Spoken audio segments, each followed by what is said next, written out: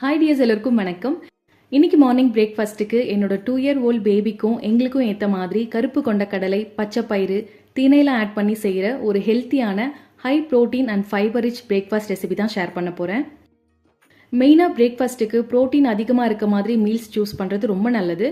முக்கியமாக ப்ரோட்டீன் எடுத்துக்கிறதுனால குழந்தைங்களோட overall growth and brain டெவலப்மெண்ட்க்கு ரொம்பவே ஹெல்ப் பண்ணும். தோசைக்கு நேற்று நைட்டே எல்லாமே ஊற வச்சுட்டேன். பவுலில் 1/2 கப் அளவுக்கு கருப்பு கொண்ட கடலை, 1/2 கப் உளுந்தம்பருப்பு, 1/2 கப் பச்சை பயிறு, 1/4 கப் திணை, 1/4 கப் இட்லி அரிசி, 1 டேபிள் ஸ்பூன் வெந்தயம் சேர்த்து 2 to 3 டைம்ஸ் நல்லா வாஷ் பண்ணிட்டு தண்ணி ஊற்றி ஓவர் நைட் சோக் பண்ணி வச்சிடலாம்.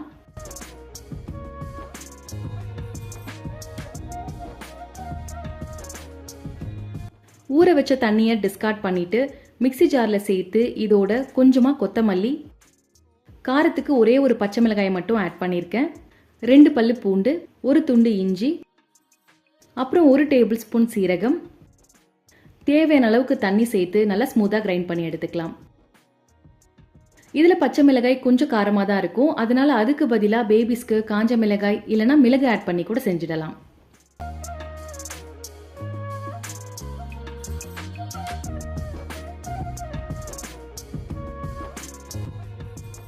இப்போ தோசைக்கல் காஞ்சதும் மாவு நல்லா மெலிசா ஊற்றிட்டு ஆயில் இல்லைனா கீ விட்டு நல்லா வேக வச்சுக்கலாம்.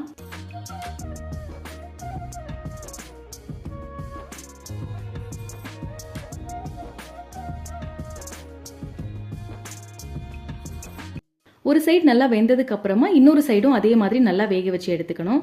நான் இன்னைக்கு ஃபர்மெண்ட் பண்ணாமல் அப்படியே தான் செஞ்சுருக்கேன். ஒருவேளை ஃபர்மெண்ட் பண்ணி யூஸ் பண்ணணும்னா மாவு அரைச்சிட்டு ஒரு 4 to 5 ஹவர்ஸ்க்கு லிட் போட்டு க்ளோஸ் பண்ணி நல்லா புளிக்க வச்சுடுங்க.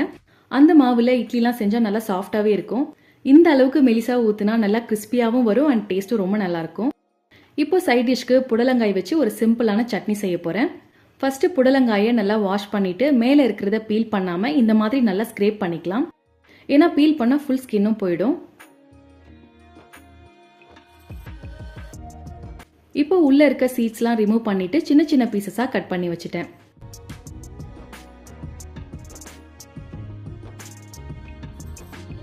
கடாயில் ஆயில் விட்டு நல்லா சூடானதும் 1 டேபிள் ஸ்பூன் கடலைப்பருப்பு, 1 டேபிள் ஸ்பூன் உளுந்தம்பருப்பு சேர்த்து நல்லா கோல்டன் ப்ரௌன் கலர் ஆகிற வரைக்கும் நல்லா வறுக்கணும்.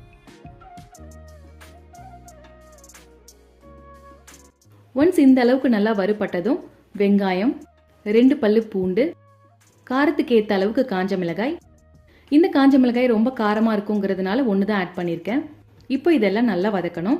ஒன்ஸ் வெங்காயம்லாம் நல்லா வதங்கினதுக்கு அப்புறமா கட் பண்ணி வச்சிருக்க புடலங்காய் சேர்த்து ஒரு 5 to 7 மினிட்ஸ்க்கு நல்லா வதக்கிடலாம்.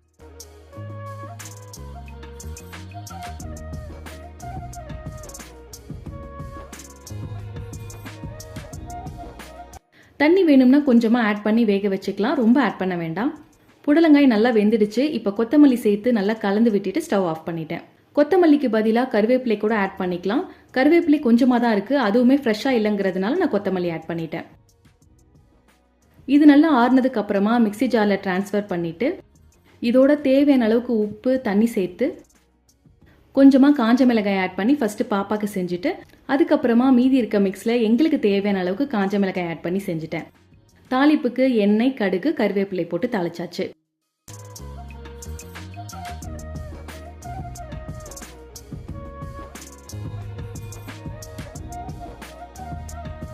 இந்த பிரேக்ஃபாஸ்ட் காம்போவில் தோசைக்கு கருப்பு கொண்ட கடலை, பச்சை பயிறு, திணையெல்லாம் ஆட் பண்ணி செஞ்சதுனால இது மூலயமா நமக்கும் நம்ம பேபிஸ்க்கும் ஏற்ற ப்ரோட்டீன்ஸ் கிடைச்சிடும். அது மட்டும் இல்லாமல் இதில் ஃபைபர், அயன், நிறைய விட்டமின்ஸ் அண்ட் மினரல்ஸும் இருக்குது.